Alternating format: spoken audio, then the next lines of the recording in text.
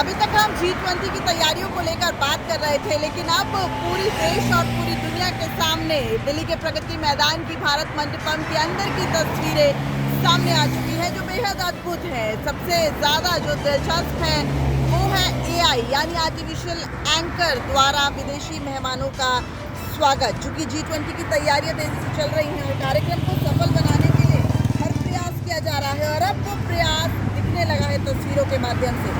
भारत मंडपम के रिसेप्शन पर AI anchor से स्वागत कराया जाएगा। ये एंकर भारतीय परिधान में मौजूद है और ये AI एंकर रिसेप्शन एरिया में खास एग्जीबिशन की जो डिटेल है वो विदेशी मेहमानों को बताएगी। इसके लिए पहले ही कुछ खास प्रोग्रामिंग भी की गई थी, जिससे कि एंकर को रिसेप्शन एरिया में डिस्क्राइब करने में परेशानी ना हो। भारतीय मंडपम के हॉल नंबर 14 के सामने एक डिजिटल दीवार है, जहां भारत के 7000 साल के इतिहास, सभ्यता और परंपरा को दर्शाया गया है। इसके पीछे मकसद है कि विदेशी मेहमान जान सके कि भारत की सभ्यता, संस्कृति और इतिहास कितना पुराना है। कैमरामैन अभय के साथ दिव्या अग्रवाल, दिल्ली। G20 में आने वाले राष्ट्राध्यक्षों और विदेशी मेहमानों को रिसीव करने की जिम्मेदारी प्रधानमंत्री मोदी ने अपने केंद्रीय मंत्रियों की लगाई है। जितने भी केंद्रीय मंत्री हैं सब एयरपोर्ट पे अलग अलग राष्ट्राध्यक्षों को रिसीव करेंगे। केंद्रीय मंत्री अश्विनी चौबे ने जापान के प्रधानमंत्री और ब्रिटिश प्रधानमंत्री ऋषि सुनक को रिसीव किया, और ये सिर्फ रिसीव करना ही नहीं है बल्कि एक अपनी सांस्कृतिक विरासत के साथ उनका स्वागत किया जा रहा है। जो बाइडेन जो शाम 7:30 बजे लैंड करेंगे, उनके स्वागत की जिम्मेदारी दी गई है केंद्रीय मंत्री जनरल VK सिंह को। फ्रांस के राष्ट्रपति के बारे में जानकारी मिली है, कुछ वजह से वो कल आएंगे और उनको इसी तरीके से केंद्रीय मंत्री अनुप्रिया पटेल उनको रिसीव करेंगी एयरपोर्ट पे। कैमरामैन अविनाश राणा के साथ प्रशांत देव, न्यूज़ 24 दिल्ली। तो G20 की तैयारी हो चुकी है, तमाम विश्व के बड़े नेता देश में पहुंचने शुरू हो चुके हैं और दिल्ली की सरजमी पर कदम रखते ही तमाम दिल्ली वाले उनका स्वागत भी कर रहे हैं। तो चलिए तो समझ लेते हैं कि आखिर कौन नेता किस होटल में रुकेगा और किस तरीके से सरकार ने तैयारी करी है G20 को लेकर। G20 सम्मेलन में अमेरिका के राष्ट्रपति जो बाइडेन, ब्रिटेन के प्रधानमंत्री ऋषि सुनक, कनाडा के प्रधानमंत्री जस्टिन ट्रूडो, फ्रांस के राष्ट्रपति इमैनुअल मैक्रों, जापान के PM फुमियो किशिदा, ऑस्ट्रेलिया के PM एंथोनी अल्बनीज और दक्षिण कोरिया के राष्ट्रपति समेत दुनिया के शीर्ष नेता भारत पहुंचेंगे। अब जरा समझिए कि आखिर कौन नेता कहां पर रुकने वाला है। अमेरिका के राष्ट्रपति जो बाइडेन नई दिल्ली स्थित ITC मौर्या शेल्टन होटल में ठहरेंगे।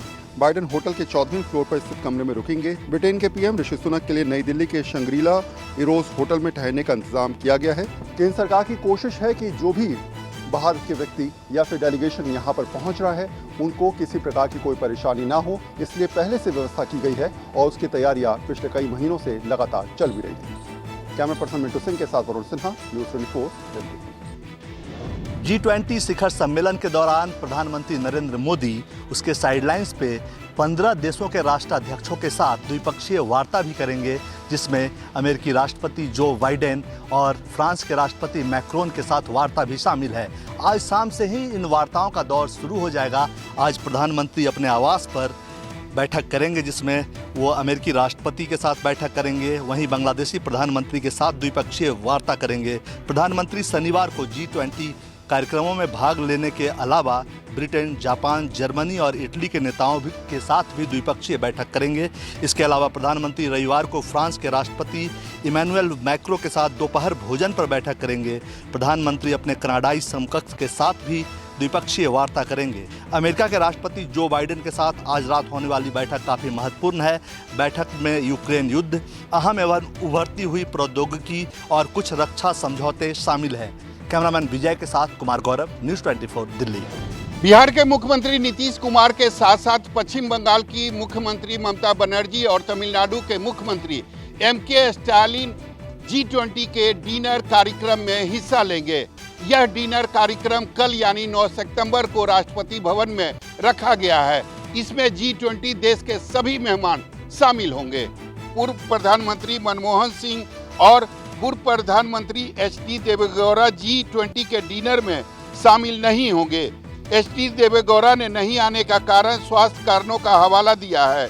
इसके साथ ही अगर देश में मुख्यमंत्री की बात करें तो राजस्थान के मुख्यमंत्री अशोक गहलोत, छत्तीसगढ़ के मुख्यमंत्री भूपेश बघेल और कर्नाटक के मुख्यमंत्री सिद्धारमैया भी G20 के कार्यक्रम में राष्ट्रपति के द्वारा जो डिनर पार्टी रखी गई है उसमें शामिल नहीं होंगे। कैमरामैन सनी के साथ सौरभ कुमार, पटना, न्यूज़ 24।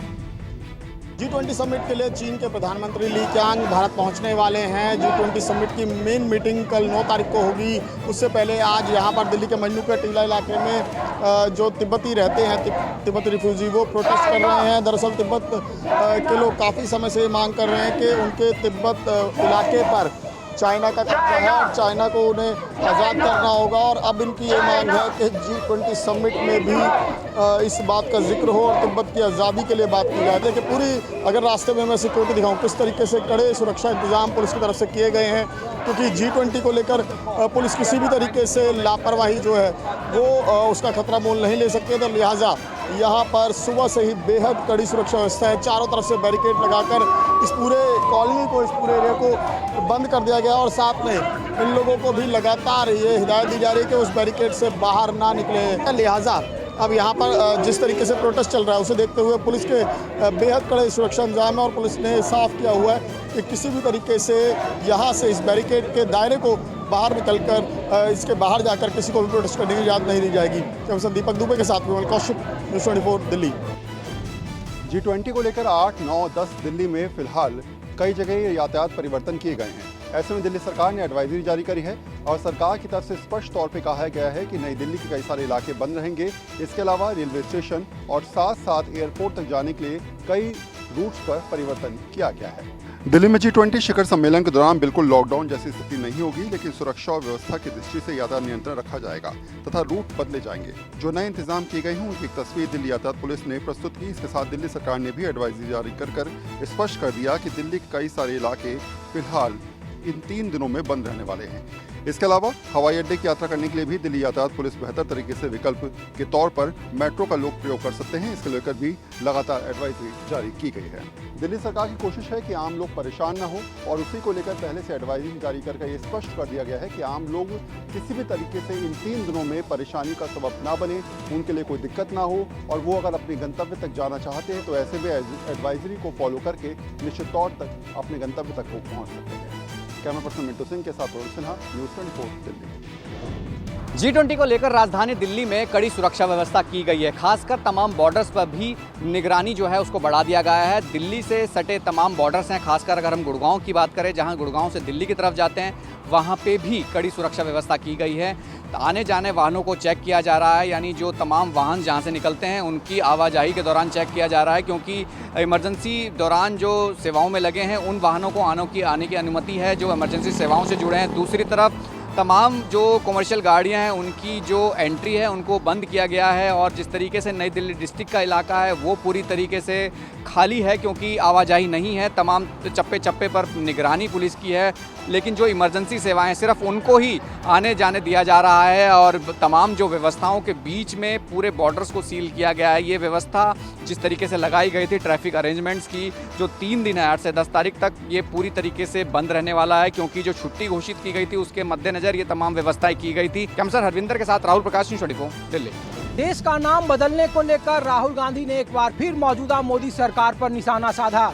अपने यूरोपीय दौरे के तहत बेल्जियम के ब्रुसेल्स शहर में संवाददाता सम्मेलन को संबोधित करते हुए राहुल गांधी ने एक बार फिर कहा कि संविधान में वर्णित इंडिया दैट इज भारत के साथ उनका भी भरोसा है, लेकिन मौजूदा मोदी सरकार जानबूझकर देश का नाम बदलकर देश के मौजूदा मुद्दे से लोगों का ध्यान भटकाने की कोशिश कर रही है। राहुल गांधी ने एक बार फिर कहा कि इंडिया महागठबंधन का नाम देने का शानदार आइडिया उनके सहयोगियों का था और इसको लेकर वो काफी खुश हैं कि 2024 के लोकसभा चुनाव के मद्देनजर सरकार पर ये दबाव बनाने में कामयाब रहा है।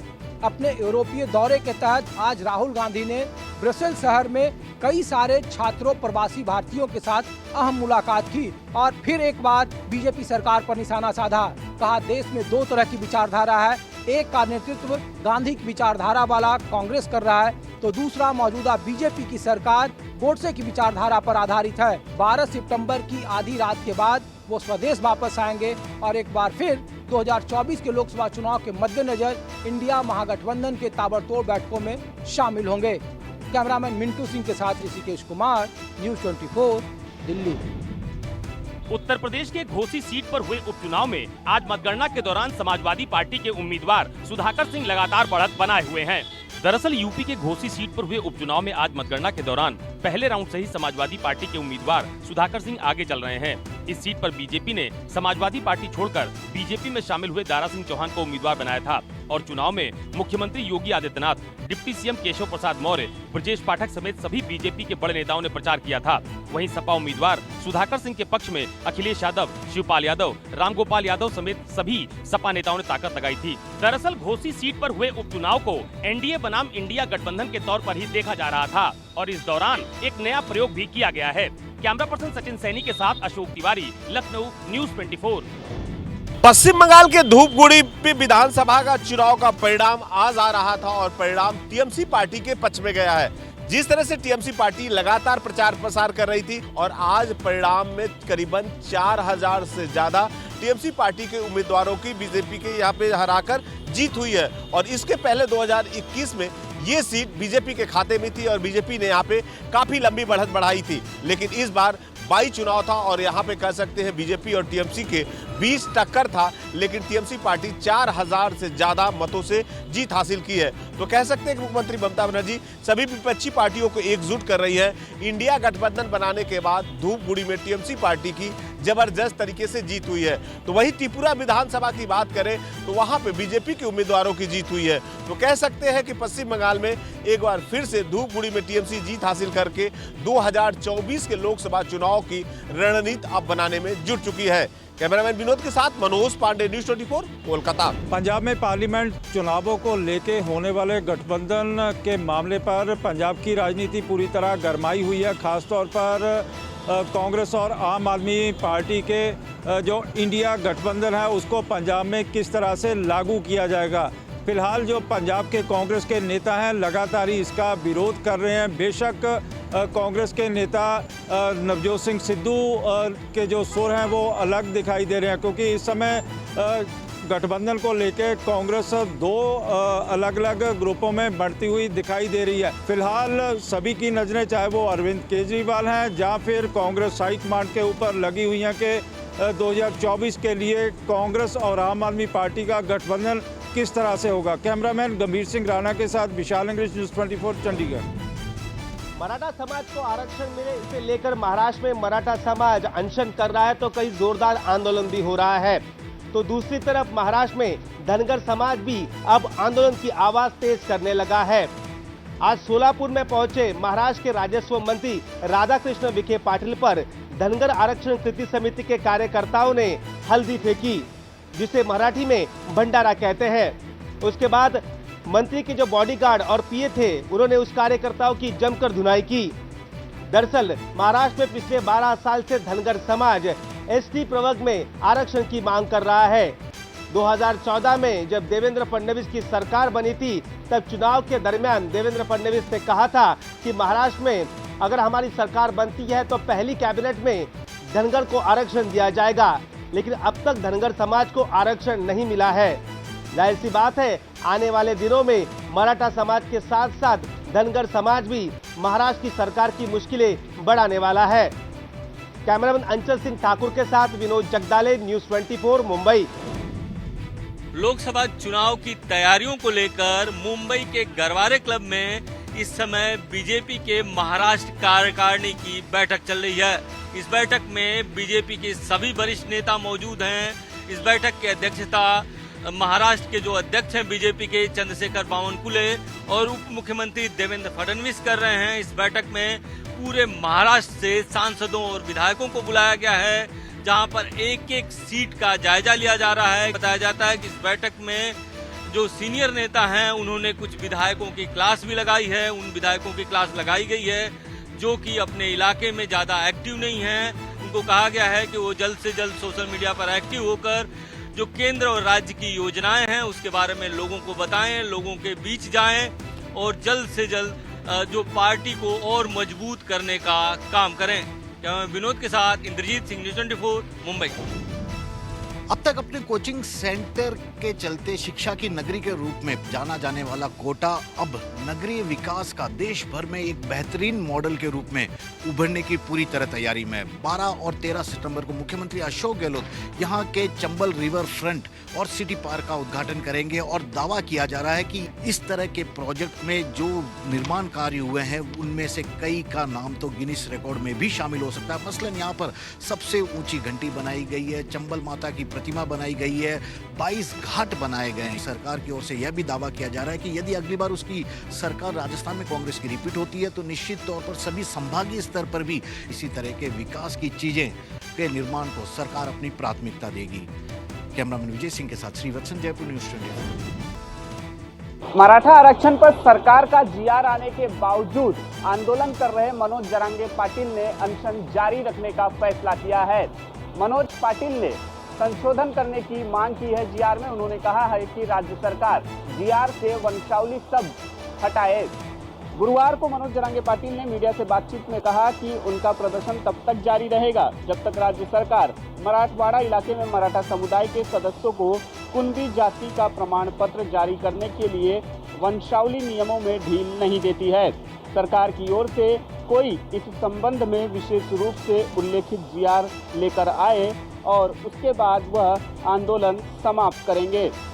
मनोज जरांगे पाटिल की माने तो वर्तमान स्थिति से उन लोगों को कोई लाभ नहीं होगा जिनके पास अपनी वंशावली दिखाने के लिए कोई दस्तावेज नहीं है। कैमरामैन राजेंद्र सिंह खाती के साथ राहुल पांडे, न्यूज़ 24, मुंबई। वाराणसी ज्ञानव्यापी परिसर में चल रहे एएसआई सर्वे की समय अवधि 56 दिनों के लिए बढ़ाई गई। दरअसल वाराणसी की ज्ञानव्यापी परिसर में वजू स्थल को छोड़कर पूरे परिसर का एएसआई सर्वे पिछले 33 दिनों से जारी है। सर्वे में कई ऐतिहासिक साक्ष्य मिलने के बाद ही एएसआई ने ज्ञानव्यापी परिसर के अब तक के हुए सर्वे की रिपोर्ट जो तैयार की थी वो कोर्ट के सामने रखकर अतिरिक्त समय मांगा था। मुस्लिम पक्षकार ने आपत्ति दाखिल की थी जिसको लेकर के वाराणसी की जिला अदालत में सुनवाई की गई।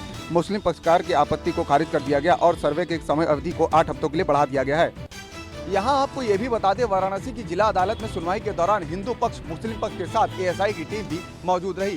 कैमरा पर्सन सचिन सैनी के साथ मनोज पांडे, लखनऊ न्यूज़ 24। यूपी विधानसभा का विशेष सत्र जल्द ही आयोजित किया जाएगा। इस सत्र के जरिए सत्ता पक्ष और विपक्ष के विधायक उत्तर प्रदेश की अर्थव्यवस्था को 10 खरब डॉलर तक पहुंचाने के मुद्दे पर चर्चा करेंगे। उत्तर प्रदेश की अर्थव्यवस्था को 10 खरब डॉलर करने के लिए विधानमंडल का विशेष सत्र आयोजित किया जाएगा। मुख्यमंत्री योगी आदित्यनाथ की घोषणा के तहत विधानसभा सचिवालय ने इसकी तैयारी शुरू कर दी है। जानकारी के मुताबिक 36 से 48 घंटे तक का विशेष सत्र चलेगा। इस विशेष सत्र में सत्ता पक्ष और विपक्ष के सदस्य यूपी की अर्थव्यवस्था को अगले 5 सालों में 10 खरब डॉलर तक ले जाने के मुद्दे पर सुझाव देंगे। मुख्यमंत्री योगी आदित्यनाथ ने मानसून सत्र में 10 खरब डॉलर की अर्थव्यवस्था के लिए विशेष सत्र बुलाने का ऐलान किया था। हालांकि विपक्ष ये सवाल भी पूछ रहा है कि पिछली बार जो एमओयू साइन हुए तो उसका क्या हुआ। खास तौर से समाजवादी पार्टी ये सवाल उठा रही है। कैमरा पर्सन धर्मेंद्र कुमार साहू के साथ Manas Srivastava, Lucknow news 24। Shiv Sena UBT party के चीफ उद्धव ठाकरे आज एक दिन के महाराष्ट्र के दौरे के लिए अहमदनगर पहुंचे। अहमदनगर में जाकर उन्होंने पुनतांबा, कोपरगांव, राहता जैसे इलाकों का दौरा किया और कुछ गांव में जाकर किसानों से सीधी बात की। इतना ही नहीं, उद्धव ठाकरे किसानों के साथ उनकी जमीन पर भी गए जहां पर सूखा पड़ा हुआ है। महाराष्ट्र की फिलहाल मैं बात करूं तो महाराष्ट्र के 36 में से 21 जिलों में पिछले 25 दिनों से एक बूंद भी बरसात नहीं हुई है। अकाल की स्थिति वहां पर पैदा हो चुकी है। उद्धव ठाकरे ने इसी मौके का फायदा उठाते हुए अपने दौरे की शुरुआत वहां पर की है। आने वाले दिनों में उद्धव ठाकरे मराठवाड़ा का दौरा करने वाले हैं जिसमें छत्रपति संभाजीनगर हो, जालना हो, परभनी हो, इन इलाके का वो दौरा करेंगे। महाराष्ट्र में किसान फिलहाल दोहरी मार झेल रहा है। खेत में जो फसल है वो सूखती जा रही है और बारिश की एक बूंद भी फिलहाल खेत में नहीं आ रही है जिससे किसान बहुत ज्यादा ही परेशान यहाँ पर दिखाई पड़ रहा है। कैमरामैन अंचल सिंह ठाकुर के साथ विनोद जगदाले, न्यूज़ 24, मुंबई। जेलों में बंद कैदी अब जेल में बैठकर मोबाइल से अपने गुर्गों से बात नहीं कर सकते हैं। इसको लेकर जेल प्रशासन और सरकार ने एक बड़ा इंतजाम किया है जिसके तहत अब बिहार के पटना के बेउर जेल सहित करीब बिहार के 15 जेल ऐसे हैं जहां पे कोल ब्लॉकिंग सिस्टम को लागू किया जाएगा। तिहाड़ जेल के बाद बिहार का जेल ऐसा पहला जेल होंगे जहां पे इस तरीके की व्यवस्था लागू की जाएगी और जेलों की सुरक्षा के लिए आर्टिफिशियल इंटेलिजेंस की बहाली की जाएगी। इसके अलावा कोल ब्लॉकिंग सिस्टम, जिसके तहत अब जेल के जो भी जेल के दायरे में आने वाले जो इलाके हैं वहाँ पे कोल ब्लॉकिंग सिस्टम किया जाएगा, वो लागू हो जाएगा, जिसके बाद उम्मीद की जा रही है कि अब जेलों में मोबाइल का इस्तेमाल करना इतना आसान नहीं रह जाएगा। कैमरामैन ऋषिनाथ के साथ अमिताभ ओझा, पटना न्यूज़ 24।